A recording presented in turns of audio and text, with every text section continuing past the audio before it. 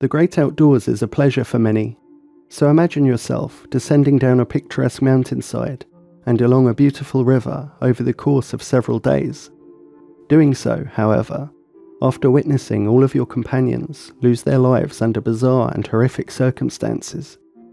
Just you, the wilderness, and the haunting memories stuck on replay. This is the story of Valentina Valia Utachenko, a 17-year-old hiker who survived an unexplained phenomena that was as terrifying as it was mysterious. It all started on the 2nd of August 1993, when a group of 7 hikers aged from 15 to 41 made their way through part of the Kamar-Daban, a Russian mountain range in southern Siberia, perched just below the southern tip of Lake Baikal. The group was led by 41-year-old Ludmila Korovina, an experienced hiking instructor and survivalist. Her team consisted of 23-year-old Alexander Krysin, who went by the nickname Sasha, 24-year-old Tatyana Filipenko, 19-year-old Denis Svachkin, 17-year-old Valentina Valia Utachenko, 16-year-old Victoria Zalazova, and 15-year-old Timur Bapanov. Ludmila was a hardened survival and wilderness enthusiast and instructor who had a reputation for being pretty tough. The youths admired her, and they meant a lot to Ludmila too, especially 23-year-old Sasha, who she had known since he was a young boy. It's reported that Ludmila had been training the young hikers for months prior to their trip, so the group began their journey well prepared, in the best possible way, and with clear skies forecast for the duration of their adventure. Despite the positive outlook, 2 days after the group set off, and about 70 kilometers into their route, things began to take a turn for the worse. The clear weather forecast proved to be wrong, and the hikers were hit by a fierce and unexpected storm while up on a particularly exposed and barren part of the mountainside. In a decision that has been described as idiotic, out of character, and even downright weird, Ludmila decided to hastily set up camp right there on that exposed mountainside, rather than a short hike down the mountain to the dense woodland below, which would have provided excellent shelter from the elements. It's also been pointed out that a designated resting spot, complete with firewood, also lay just 30 minutes hike further up the mountain.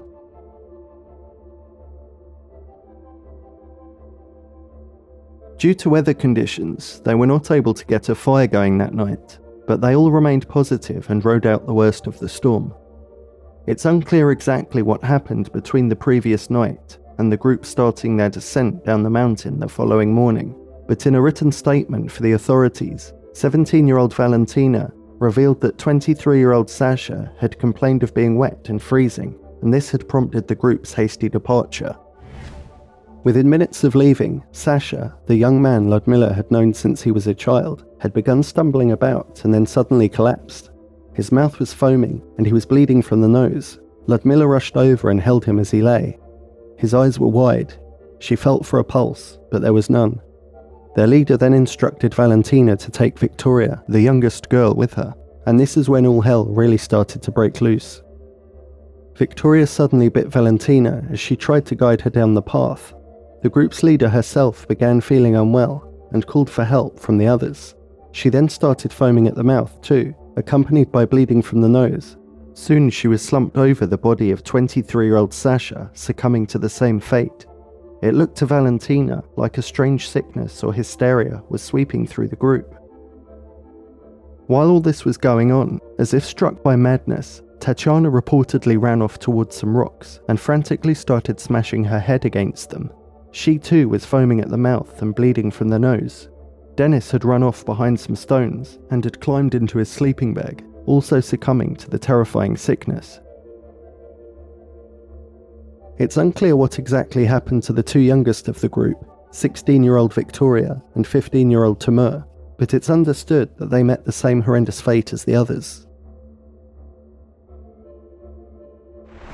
The reason why it's unclear is because Valentina didn't explicitly state what happened to them in the official written report she gave after her rescue. In this report, she mentions she tried to raise Timur, implying that he too had fallen victim. But Victoria was not mentioned at all after the biting incident. It's important to note that this entire story so far is based on Valentina's explanation of events.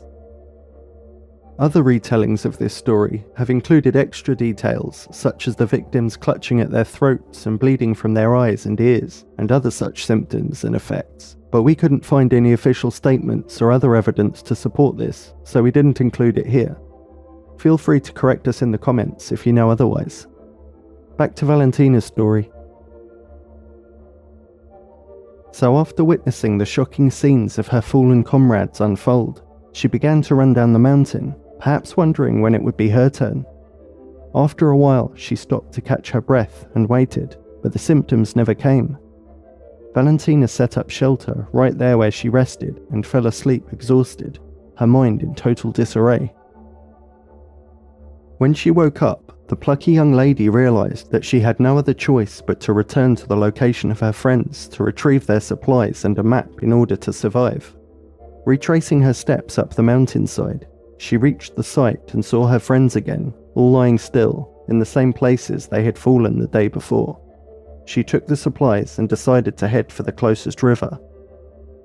Over the course of the next few days, Valentina used the map and followed power lines, stopping to rest whenever she needed, until she got to the banks of the Snezhnaya River, where she was eventually spotted by some people boating on its waters. Alexander Kvitnitsky, one of the boatmen, said his heart sinks whenever he remembers that picture. A girl is standing on the shore, screaming, waving her hands, yes, so desperately that we immediately realized trouble. When we got ashore, she rushed to one of our participants and sobbed for a long time in her chest. Other than having a cold fever, and obviously being fairly shook up, Valentina was alive and well. She explained what had happened, and was given food and medicine by her rescuers, before being taken to the authorities in the nearby town of Sladzhanka on the 9th of August. For reasons undisclosed, a search party was not sent out to recover the bodies until the 24th of August, 15 days after Valentina was rescued. When they did eventually find the poor hikers, it was just as Valentina had described, like a scene from a horror movie had unfolded. Yuri Golias, one of the rescuers, told the popular newspaper Komsomolskaya Pravda. It was a terrible picture. The guys were lying on a small ledge, someone pressed against each other, someone a little further away. There are no eyes. We packed the bodies in plastic bags.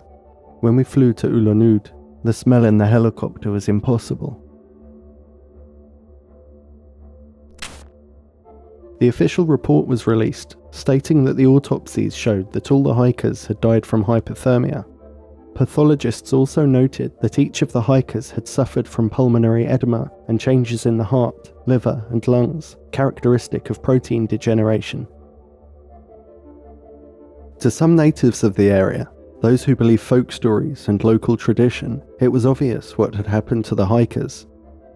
Apparently the group had all been collecting large amounts of golden root, a plant used for its stamina and endurance-enhancing properties.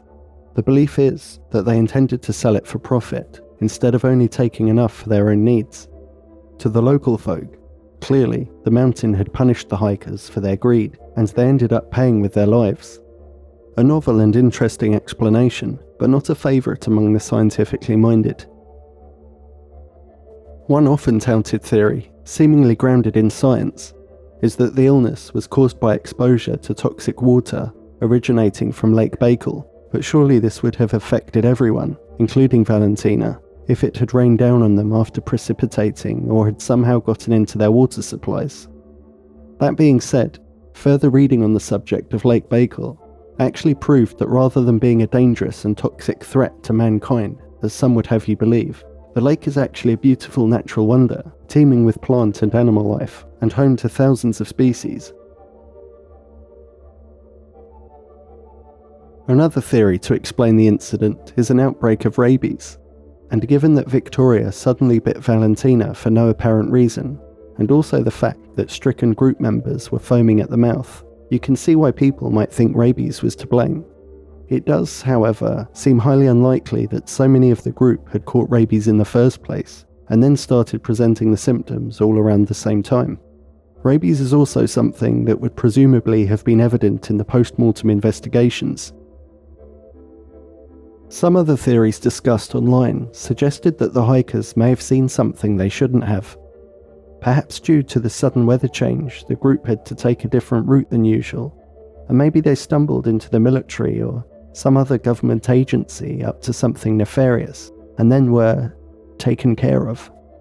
The main problem here is, why would they have silenced everyone but left Valentina alive? And surely with a huge amount of military and government land to work with, let alone the vast emptiness of the Siberian wilderness, why would they choose to operate in an area popular with hiking enthusiasts and tourists? This leads us to the next theory. The military or government agency involved wanted people around to test a new weapon on, a device using something like pulsed energy, infrasound, ultra-high frequencies and the like. Perhaps something similar but more deadly than what was used in the more recent Havana syndrome cases. But this still doesn't explain how Valentina would remain unaffected. Another military-related theory suggested the incident could be linked to the potent and deadly Novichok group of nerve agents. On record, these nerve agents were developed by Russia up until 1993, the same year that this tragic incident took place. Is it possible that the area the group set up camp had been exposed to one of these nerve agents, or that the storm had washed it or blown it over from more remote areas? Death from heart failure or suffocation is the usual end for a Novichok victim. The suffocation side of things is caused by the lungs filling up with fluid. Sounds a lot like pulmonary edema, no? Could this be what caused the foaming of the mouth and the bruised lungs shown in the autopsy? Could suspected nerve agent exposure be the reason why the authorities waited so long to send out a search party? But again, why would tests be conducted in a well-known hiking spot rather than more remote locations? Unless it was purposeful. This still raises the same question though. How did Valentina survive? How is it possible that she could have avoided exposure to such a nerve agent? After the fallout of the incident, Valentina seemed to just disappear for many years. Was she just hiding from the press and all the attention? Some people think she was hiding from the truth. A reporter from the newspaper Komsolskaya Pravda eventually caught up with Valentina 25 years after the tragedy. She was now married with children and revealed to the reporter that her husband had only recently found out about her terrifying experience as a youth. The 2018 interview was the first time she had openly discussed the event for many years, not wanting to relive the nightmare. In the interview, she defended the group's leader, Ludmila, who was scapegoated for the death of the youths at the time. Valentina also explained that she thought the only reason she survived was because of her strength and fitness due to her tough upbringing. When asked why the others had died, she basically restated the official narrative. One detail from this interview we found particularly intriguing was her account of what happened to Dennis. When asked how she managed to escape, she told the reporter that she credits Dennis with saving her life, and told her that he kicked her and told her to go down the mountain. But if you remember, in her official written report back in 1993, she said that Dennis had simply run off and crawled into his sleeping bag. This little fact can only add fuel to speculation that Valentina was somehow involved in the other hikers' deaths, or at least that she knows more than she's letting on. Whether there's any truth to this is hard to prove either way, and it's unlikely there will ever be a thorough reinvestigation of this tragic and pretty unusual unsolved mystery.